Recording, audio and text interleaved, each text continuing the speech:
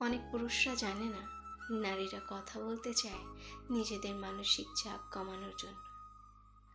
পুরুষ ভাবে নারী বড্ড বেশি কথা বলে, এতে করে অনেকেই বিরক্ত হয়ে যায় এবং মনোযোগ সহকারে নিজের জীবনসঙ্গীর কথাই শুনতে চায়। আবার কেউ কেউ মনে করে অভিযোগ যেহেতু দিচ্ছে, সমাধান তো দিতেই হবে, এটাই সহানুভূতি প্রকাশের মোক্ষম উপায়। কিন্তু নারী সবসময় সমাধান চায় না, চায় নিজের অনুভূতিগুলো ভাগাভাগি করে নিতে।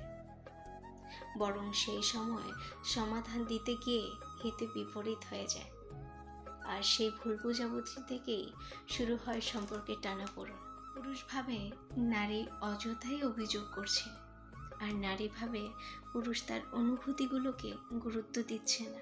সব কথা সমাধানের জন্য নয়, অনুভূতি বোঝার জন্যেও শোনা দরকার।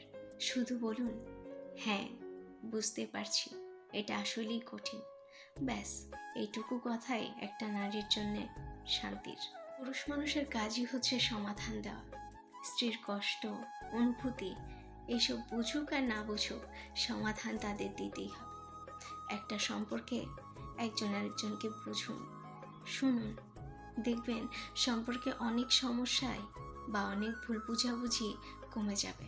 কারণ সম্পর্ক টিকে থাকেই বোঝাপড়ার উপরে, বিতর্কের উপরে না। তাই বলছি, দিন শেষে সবারই এমন একটা মানুষ থাকুক যে তাকে বুঝবে, তার কথাগুলো শুনবে, তার অনুভূতিগুলোকে নিজেদের মধ্যে ভাগাভাগি করে নেবে।